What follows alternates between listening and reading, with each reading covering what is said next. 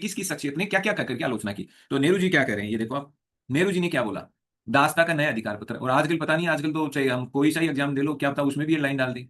तो दासता का नया अधिकार पत्र किसने कहा था, या अनेक ब्रेक परंतु बिना इंजन वाली मशीन का था। अब आपके प्रश्न आ जाए, मान लो कोई भी एग्जाम, आरएस का ही एग्जाम दे रहे हो, मान लो उसमें आ गया कि 1935 के कानून को दासता का यानी गुलामी का एक नया अधिकार पत्र, यानी गुलामी को एक नए तरीके से हमें गुलामी देने वाला एक अधिकार पत्र था। ये यानी कानून ऐसा था जिसने गुलामी और ज्यादा दे दी, एक तरह से गुलामी हटाई नहीं। तो दासता का नया अधिकार पत्र किसने कहा, वहां दे देगा पंडित जवाहरलाल नेहरू, डॉक्टर राजेंद्र प्रसाद, डॉक्टर भीमराव अम्बेडकर, आचार्य जे बी कृपलानी, ऐसे दे दे, मान लो तीन चार नाम दे दे, और दे दे सच्चिदानंद सिन्हा, कोई भी ऐसे दे दे। तो आपको कौन से पर क्लिक करना है, जवाहरलाल नेहरू।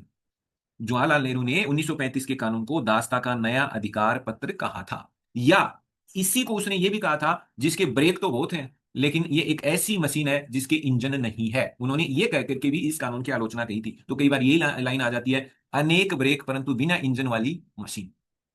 ये भी किसने कहा था, जवाहरलाल नेहरू ने। तो ये याद रख लेना आप। मदन मोहन मालवीय, ये इन्होंने क्या कहकर के इसकी आलोचना की, ऊपर से थोपा गया है, ये तो हमारे ऊपर थोपा गया है। इस कानून में हमारी तो कोई बातों को शामिल ही नहीं किया गया, हमारी तो मांगों को इसमें जगह ही नहीं दी गई, हमारी आवाज को तो इसमें स्थान ही नहीं मिला। ये तो ऊपर से लाया गया और हमारे ऊपर थोप दिया गया कि ये लो तुम कानून, और इस कानून के हिसाब से काम करो। हमारे से तो इस कानून के बारे में बात ही नहीं की। ये बाहर से तो जनतंत्र जैसा और अंदर से खोखला है।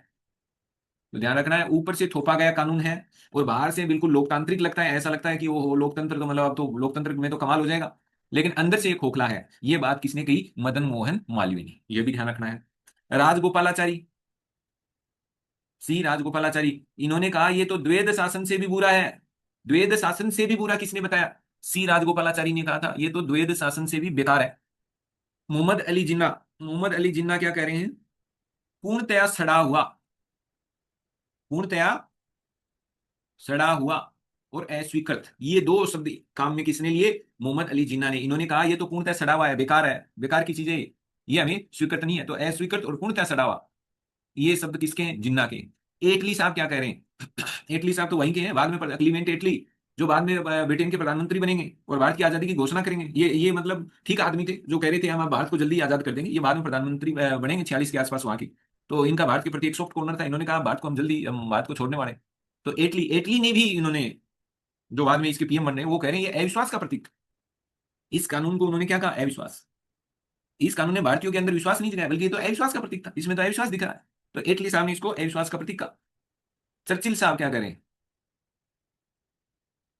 वायस राय, चर्चिल ने क्या कहा कि इस कानून ने वायस राय को हिटलर और मुसोलिनी, जिनके नाम हिटलर जर्मनी का और मुसोलिनी इटली का, तानाशाह था। तो तानाशाह कौन होता है, जिसके पास सारी शक्तियां होती, जो अपनी मनमर्जी से शासन चलाता, जो जी में आए वैसे कर सकता है, सारे अधिकार होते हैं, सारे पावर, सारे विषयों को कंट्रोल करता है। तो वो होते हैं तानाशाह। तो इसने कहा, इसने तो वायस राय को हिटलर और मुसोलिनी के बराबर ताकतवर बना दिया था। इसका मतलब तो ये तो बड़ा खतरनाक कानून था, इसने तो वायस राय की शक्तियों को और बढ़ाया था, वायस राय की स्वयं की शक्तियों को बढ़ाया था। तो चर्चिल ने कहा था इसने तो हिटलर और मुसोलिनी के समान शक्तियां किसको दे दी थी, वायस राय को दे दी। कूपलैंड साहब क्या करें, कूपलैंड साहब कह रहे हैं राजनीतिक विचार की महान सफलता, कह रहे हैं वो, ये तो कह रहे हैं एक पॉलिटिकल आइडिया की एक महान सफलता है। तो कूपलैंड साहब ने इसको क्या कहा, राजनीतिक विचार की एक महान सफलता। तो ये इसकी कुछ आलोचनाएं थी, 7 आलोचनाएं थी जो हमने पढ़ ली हैं। तो